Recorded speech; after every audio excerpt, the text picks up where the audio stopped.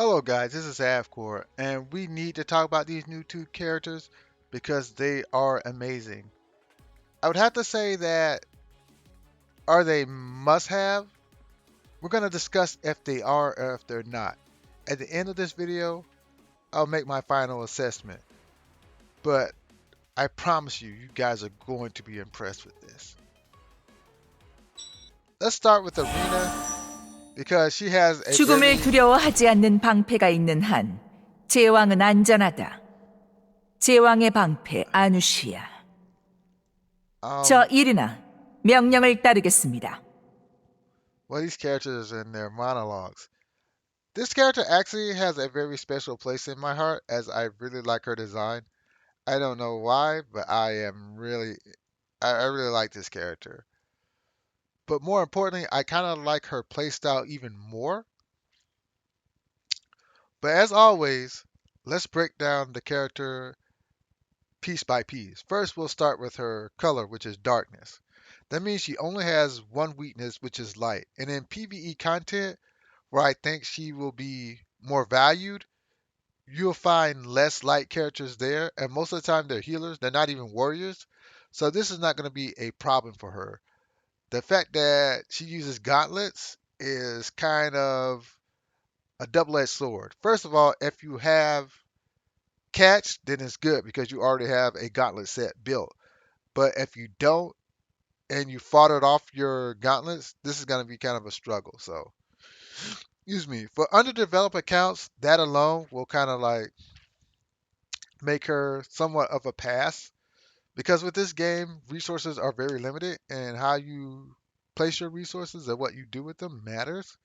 So it's not so much of a good thing that she has gauntlets as her weapon. But gauntlets are good. They're really good weapons, but they're more on the rare side, and you don't even roll for them as much as you roll for swords and bows and spears. You'll get the shield and sword more than you get anything. So I find that kind of disappointing. So let's look at her stats, which are amazing. I hate to say amazing. In fact, she even has more magical defense than Gabriel, which is amazing. She has S in HP, B in physical attack, C in magical attack, which doesn't matter, A physical defense, S magical defense, and her concentration is 100, which is okay. She's a tank. It doesn't really matter. But if you wanted to play her more offensively, then that would be an issue, but it shouldn't be because she's more of a dedicated tank. So I don't think that's a problem. The SHP is important because HP is your most important stat, and if you get that as an S, you're already on your way to glory. She's a tank, so physical attack being B is acceptable. The physical defense is not S, but that's okay because she has ways to raise that up, so that's okay. And the magic defense is just amazing. So she's a full package as a mixed tank.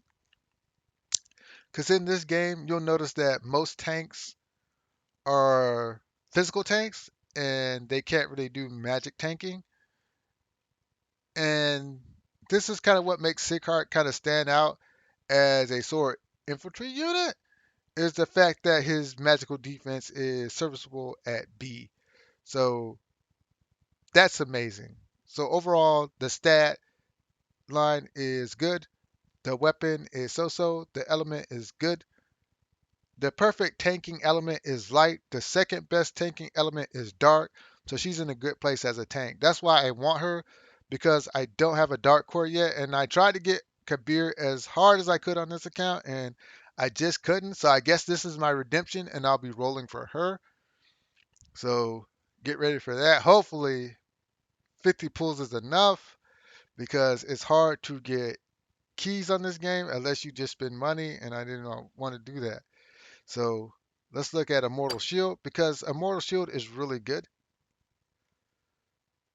You increase the critical hit resistance of your allies by as much HP as you have. Like you have a 30% increase. The higher your increase, the more damage immunity you have, which is good because it stops her from getting one-shotted. I think for me personally, it's better for her to be in PvE. She has some stuff that would make you think she is good for PvP, but the PvP meta is so AoE based, like with Electo, with Catherine, with Sylvia. I just don't think she'll last long because it's just doing AoE damage and fixed damage. So how are you going to survive that? Even with her skill set, you'll see that she wouldn't really survive that. That's why I don't think she's good at PvP content. But anyways, let's get to her skills, which are really good. So we have Immortal Soul, her guard skill. When the ally is within one range, you're you take the hit on behalf of them. Active, you get Armor of Darkness. When using this skill, the range of escort increases to 2 squared. Continue to turn, acquiring dark armor, status dark armor, physical defense plus 30%, and counterattack damage plus 30%. It can't coexist with night armor and can't be removed. And after battle, it is consumed. So it's all right. Like when using this skill, the range escort increases to 2. Continuation between the acquisition of armor of night, magic defense plus 30%, and counter raise plus 1. I This is what I think separates her from Gabriel because she has two guard skills she can use: armor darkness or armor of immortal night. One is for tanking wizards and one is for taking physical attack. Excuse me. It's just really amazing that she can get this in one skill.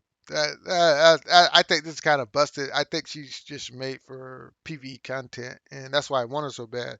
Because the new content demands that you build a dark core, and I just don't have a tank. And this has let me know like this is the one, man. She's better than Kabir as in she's more versatile. Kabir is a debuff tank.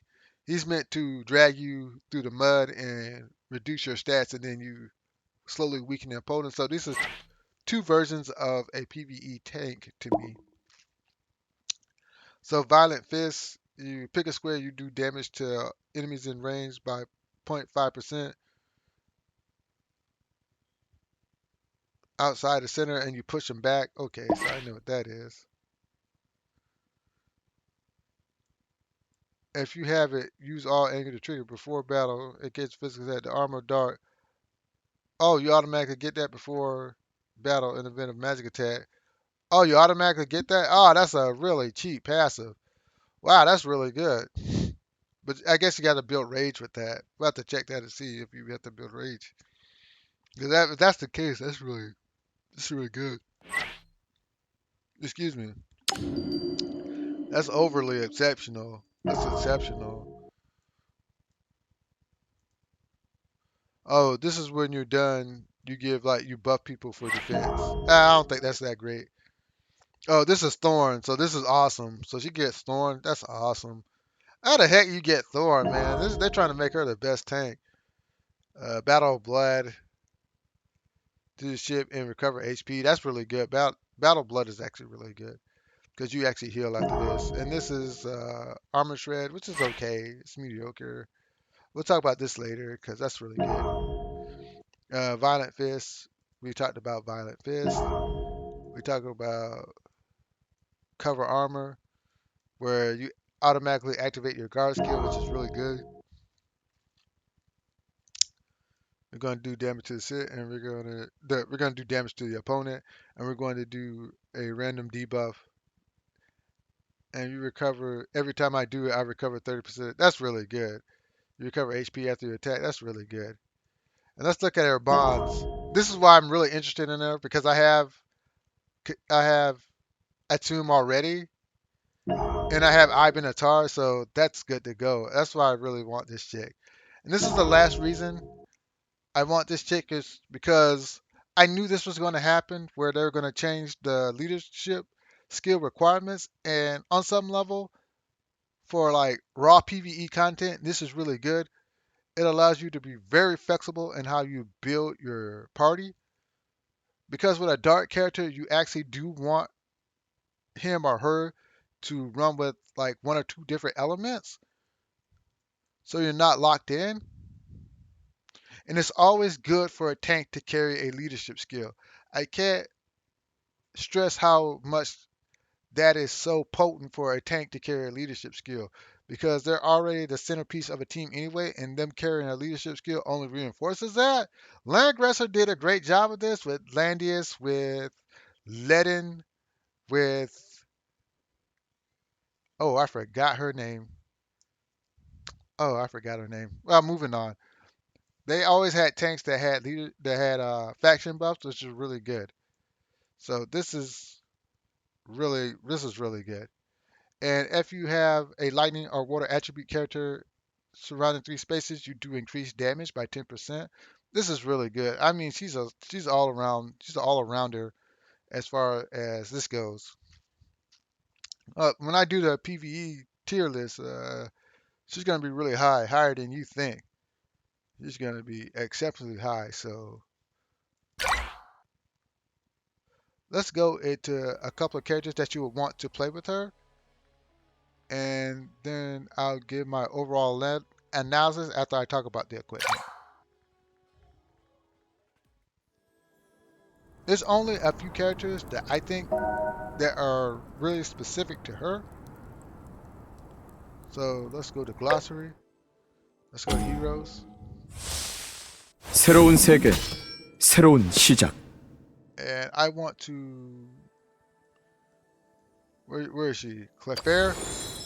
아비아를 돌봐주셔서 I think 감사합니다. Clefairy, hands down, 파로스에 있을 때보다 훨씬 is 웃음이 her 많아졌어요. best ally. Why? Because she comes with a skill that gives her regeneration on incoming attacks, which you would want her to have in order to sustain, in order to be an omni tank, in order to constantly tank the pressure. Excuse me. It works with Gabriel, and it's gonna work just as good with her because she's more versatile in what she can do. Because you can pick what guard skill you want, and you can actually match your opponent, which allows her to be so much more flexible and durable than Gabriel. So I think Clefairy is her best ally, hands down. Her second best healer would have to be Valek. Valek would have to be the second best healer for her, 나의 사명은 as she 인간을 고난에서 벗어나게 하고 이 세계를 가득 채운 절망의 목소리가 사라지게 하는 것이지. you can do sustain. She has sustain healing, so Irina wants healers that can sustain healing, and I don't think Hazel's kit is good enough for that. So that's why I'm not mentioning her. As far as DPSs go, Coil's good, Charlotte's good for your waters. Yig is good for your wind, and so is Seminar. But I think the healers are a little bit more important. So that's why I'm mentioning them, because any DPS will work, because I just feel that she's a PvE tank. And if someone thinks that she's not, you can correct me and convince me that I'm wrong. But if you look at her kit, I'm quite sure that's what they're looking for. Because what can she do in PvP? I mean, what is she gonna do against Electo? She has no way in order to reduce fixed damage. She can reduce crits, and that's good. But in PvP, heroes don't rely much on crits. They rely on fixed damage. So I'm not seeing it. And they rely on rapid attacks. So I'm not seeing it. I'm not seeing her viability in PvP 이곳은 at all. 영역개척 Period. 작업 부서다. 무슨 일이지? 먼저 회의 시간을 예약해라. So when we look at equipment, where is 고개 숙이지 못해? like her and Catch would share equipment. Of course, you're going for gauntlets, but with this character, you actually want a balance between magic defense and defense, but more so leaning towards defense. Now, most of your equipment, excuse me, that you're looking at should pretty much be magic defense HP, which is really solid. Or you have magic defense immunity plus 20. Stuff like that. And reduction in fixed damage is really good too. But anything that raises, I think this is probably her best piece of armor though, because you reduce your chance of being critically hit. That goes for both magic and physical attacks. So I think that's really important. And 10% increase in one. This is really good too. I think both of these are a tie. This one is amazing though. Yeah, I think this is. I would prefer this one over that one. Armor of the Holy Devil. I prefer Armor of the Holy Devil. This is really good too, but I think this is the best because you increase one's physical defense by 10%. Her magic defense is really good. So as far as runes go, the rune set you're looking for is the tech rune set for everybody. You want 4 shields and whatever HP physical set that you want. I think horse is better because horse typically has better physical stats. So battle horse and kite shield I think are extremely good. Probably the best for her. I won't even waste your time in looking for something else. That's really good. Those are a really perfect set for her. She has a lot of potential. So ultimately, what is my verdict on her? Is she a must pull? Is she a must have? And I have to say, I'm leaning more to must have just for in-game content. If you're not an in-game player, then she's not a must have. But if you're an in-game player, this chick is a must have because she's going to get you through so much of the content based on her skills alone and her stat spread. You're looking at a tank to do a couple of things. First of all, stay alive. That's the first job of a tank, to stay alive. Second job of the tank is to keep other people alive. And the third job of the tank is to support the party. And she does all those things extremely well. And she comes with a leadership skill, so she's the whole package. So for me, she's a must summon as she's a key component of building a dark core, and she's way better than Kabir. I mean, they really cut Kabir. I mean, Kabir had a place, but now he doesn't have a place because Irina's just better.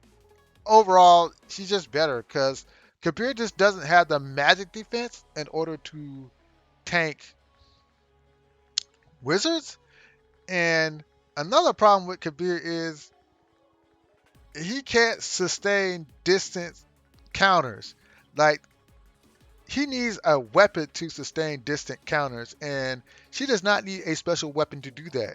Her on her own skills alone can do that, and that makes her by far superior to Kabir. So Kabir is been totally outclassed, been just totally outclassed. He's been power crept to the point where I'm kind of glad I didn't get him, but I know I have to get this character, and that's just the way I feel.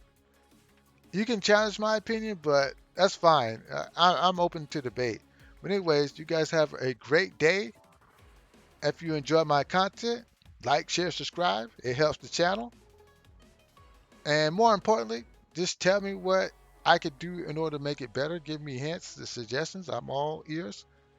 And drop a comment in the bottom. Have a great day and goodbye.